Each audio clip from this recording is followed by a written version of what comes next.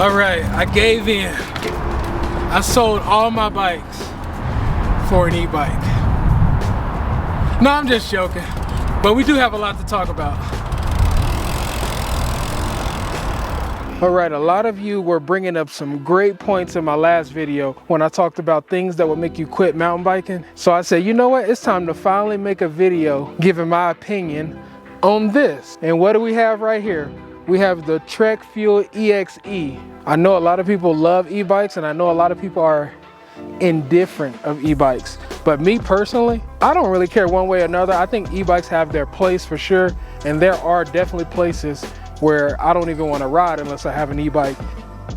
I'll be honest, there were a lot of great comments talking about how e-bikes can solve a lot of the problems we face as mountain bikers.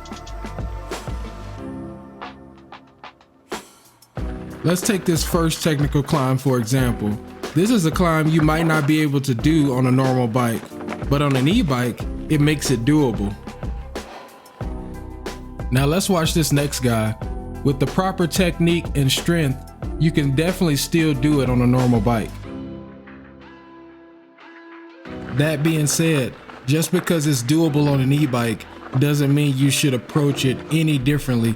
You want to still make sure you have the proper technique as much as you can while still being able to use the motor. I don't think e-bikes are bad at all. I do think people give them a bad reputation, but that can be said for people who ride regular bikes as well.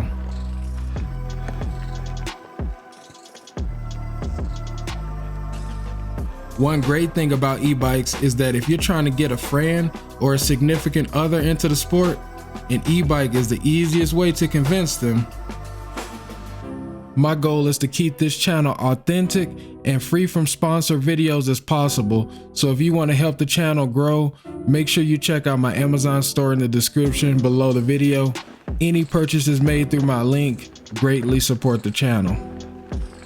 One thing to keep in mind is that you want to make sure you know what trails are legal to ride e-bikes, and depending on where you live, that can really be an issue.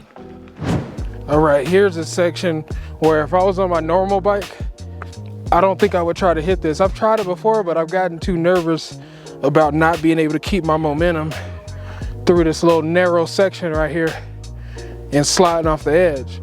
But with an e-bike, it gives you that little bit of extra confidence if you have some experience when it comes to techie stuff like this. So we're gonna try to hit this on the e-bike. I've never tried it on the e-bike before, but let's go into it and let's hope we don't crash and burn, because this looks a little sketchy now that I look at it, even though I'm on the e-bike. All right, here we go.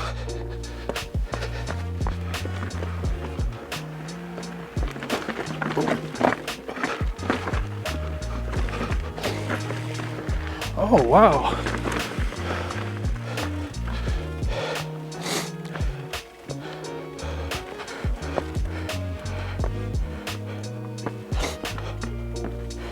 All right, so after doing that, it actually felt a lot easier on this bike because I knew as long as I kept my momentum going, the bike and the motor was gonna push me forward.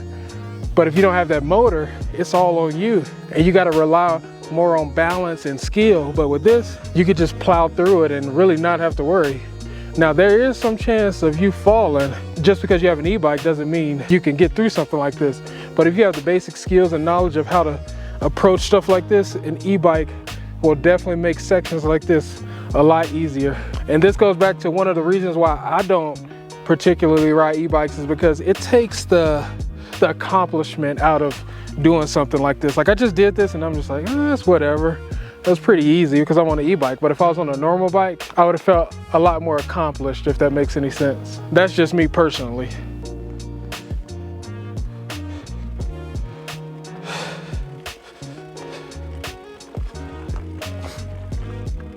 Something else that I've noticed while riding an e-bike is that you can become too reliant on the motor and the power, which will cause you to get a little sloppy. And when you get sloppy and get out of the technique of actually riding, that's when injuries can happen.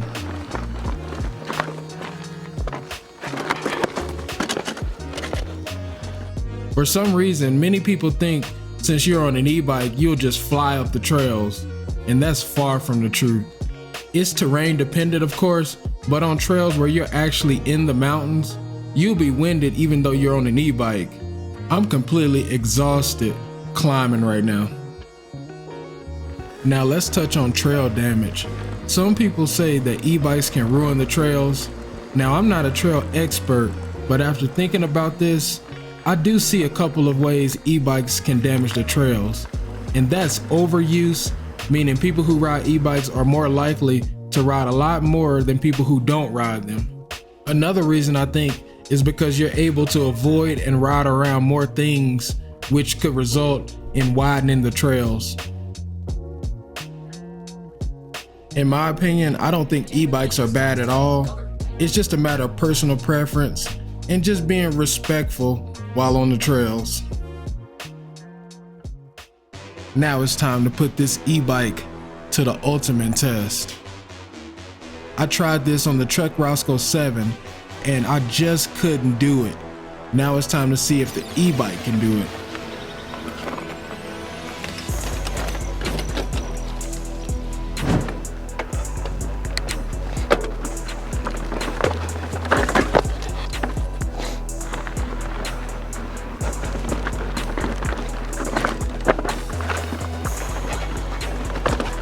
Oh, my foot came off.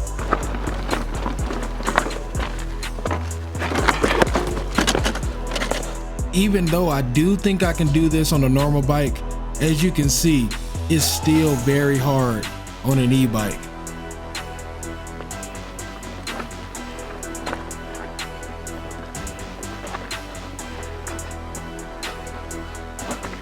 Oh, let's go.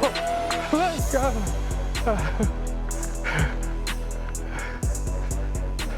See, now e-bikes can be great for stuff like this. I couldn't normally do this on my regular bike, but it can also be dangerous because you can do this on the e-bike and think you can do it on the regular bike and it don't go so well. So the e-bike is awesome, but definitely know your limits with it. Whew, I'm tired now.